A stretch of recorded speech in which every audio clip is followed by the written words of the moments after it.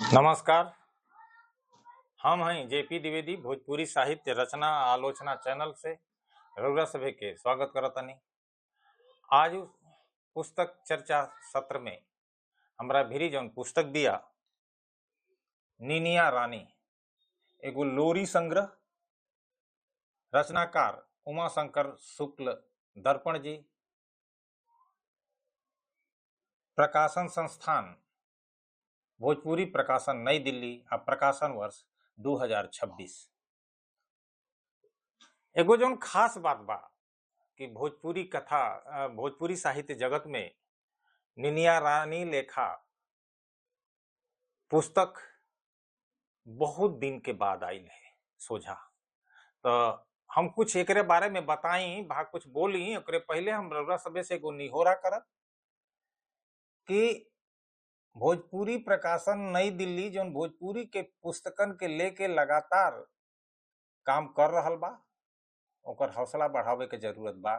आ साहित्यकार उमा शंकर शुक्ल दर्पण जी जैसन लोगन के जौन धीरे धीरे भुला रहल विधा के उठा के सोझा परोस रहल बाने, ऐसना लोगन के कृति के जरूर कीन के पढ़े के चाही। और रउरा सभे हमरा उम्मीद बा कि रउरा सभे जरूर ए पुस्तक के मंगा के पढ़ब। ई पुस्तक ऑनलाइन भी उपलब्ध बा आ ऑफलाइन भी उपलब्ध बा। एक बेर और हम क्लियर करल चाहतानी कि निनिया रानी जौना भोजपुरी प्रकाशन से प्रकाशित भइल बा, वो भोजपुरी प्रकाशन सर्वभाषा प्रकाशन समूह के एगो प्रकाशन है। तो रउरा सभे भुलाई जानी। आई अब कुछ बात निनिया रानी के लेके।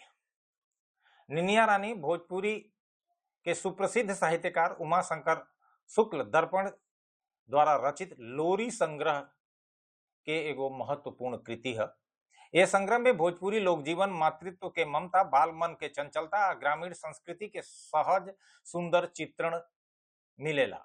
ये पुस्तक भोजपुरी बाल साहित्य के एक क्षेत्र में एगो उल्लेखनीय योगदान के लेखा मानल जा सकला। हम शुरुए में कनी हा कि लोरी संग्रह भोजपुरी साहित्य जगत में बहुत दिन के बाद सोझा आयल है। तो कृति के मूल स्वर ममता आ वात्सल्य के बाद संग्रह के लगभग सबे लोरियन में माई, दादी, फुआ, भा, परिवार के अन्य सदस्य ननका बालक के सुतावे खातिर निनिया रानी के पुकारत नजर आवत बाड़न।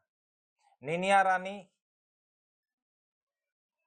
माने एगो मानवीय नींद के मानवीकरण स्वरूप में प्रस्तुत करत।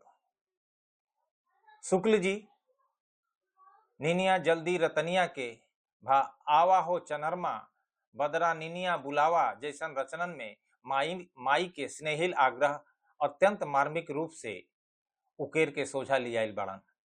कवि बाल मन के मनोविज्ञान से भली भांति परिचित बाड़न।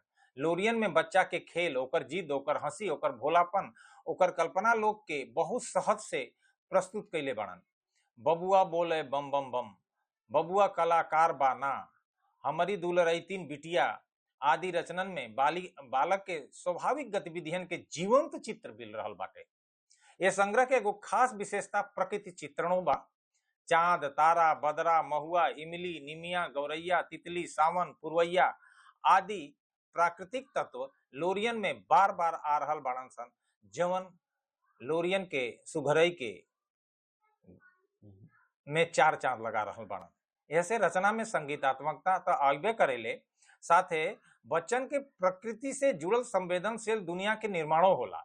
इमली धीरे धीरे लोरी सुनावे, सावन के बदरा आय जो निदरिया हमरी नगरिया जैसन गीत यह बात के प्रमाण है।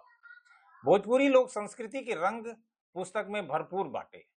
फुआ, दादी, अम्मा, झूला, कजरी, कुंभ, रामायण, गांव के खेत खरिहान, मड़ई, देहाती जीवन के अनेक बिंब पाठक के सोझा उभर के आइल बाड़न। ऐसे लोरी खाली सुतावे के गीत ना रही के सांस्कृतिक विरासत के संवाहक बन जात बानी सब।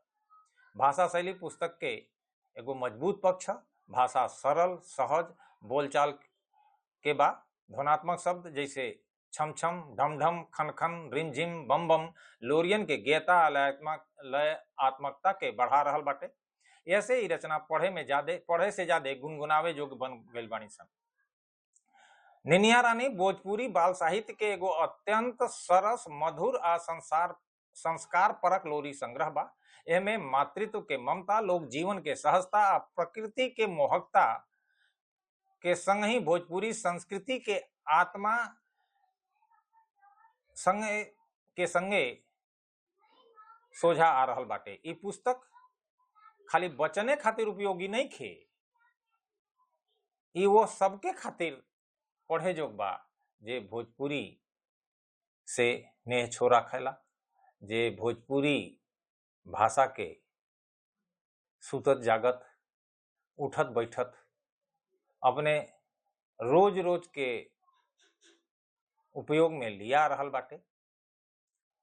चाहे वो इलीट वर्ग के लोग होखें, चाहे आम लोग होखें, जेकर भी महतारी भाषा भोजपुरी बिया, ई पुस्तक वो सबके खातिर बा। तो एकरे ऐसन सुघर कृति लियावे खातिर हम उमाशंकर शुक्ल जी के बेर बेर बधाई या शुभकामना दे रहल बानी।